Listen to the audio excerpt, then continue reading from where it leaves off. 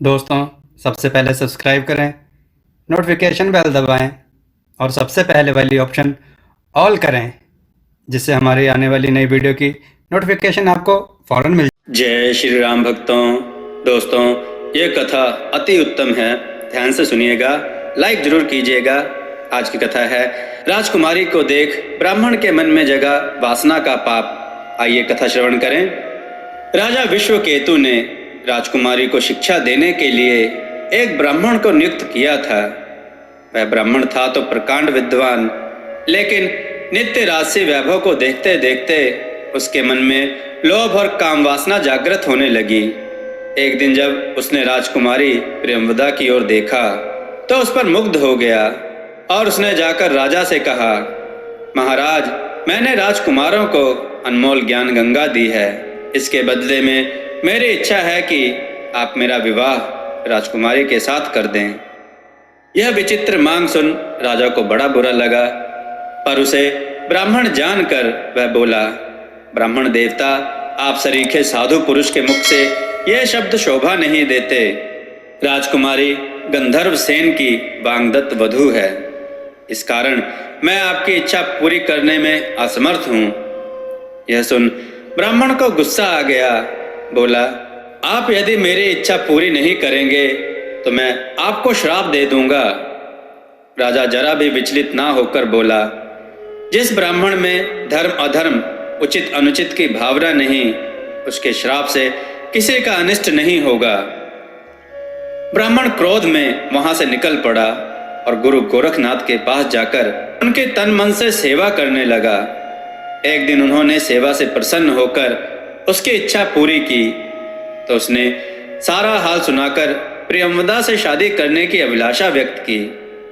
उन्होंने उसे बताया कि ब्राह्मणों को भोग विलास और आमोद प्रमोद से दूर रहना चाहिए, लेकिन वह अपने हठ पर कायम रहा। उसने उनसे कहा, यदि आप मेरी इच्छा पूरी करें तो मैं आपको राजगुरु बना दूंगा।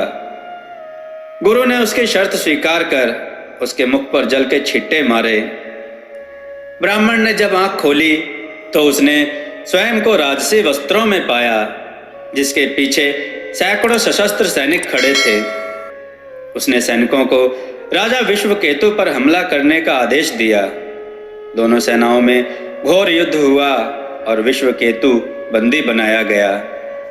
ब्राह्मण ने प्रियंवदा के साथ बलपूर्वक विवाह किया और स्वयं को राजा घोषित कर राज्य करने लगा। एक दिन उसके दरबार में एक बूढ़ा साधु आया और उसने राजा से अपना वचन पूरा करने की विनती की। राजा ने आश्चर्य से पूछा, वचन? कैसा वचन?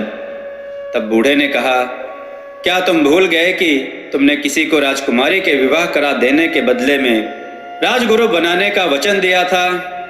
यह सुन राजा को गुस्सा आ गया, बोला, बूढ़े, अगर तूने अनर्गल प्रलाप किया तो तेरी जुबान खींच लूंगा। बूढ़ा विचलित ना हुआ और उसने उसे राजगुरु बनाने की विनती की। राजा को क्रोध आ गया और उसने सिपाहियों को आदेश दिया, कोड़ों से बूढ़े की पीठ उधेड़ दो और खूंखार भेड़ियों के सामने डाल दो, ताकि वे इसे नोच नोच कर खा लें। और यह कहकर उसने बूढ़े को लात मारकर धकेल दिया। ज्यों ही उसने लात मारी कि उसका सारा शरीर झंझना उठा और उसकी आंखें मुंद गईं। उसने जब आंखें खोली तो स्वयं को ब्राह्मण वेश में पाया और सामने उसके गुरु गोरखनाथ दिखाई दिए। सारी बात उसके ध्यान में आ गई।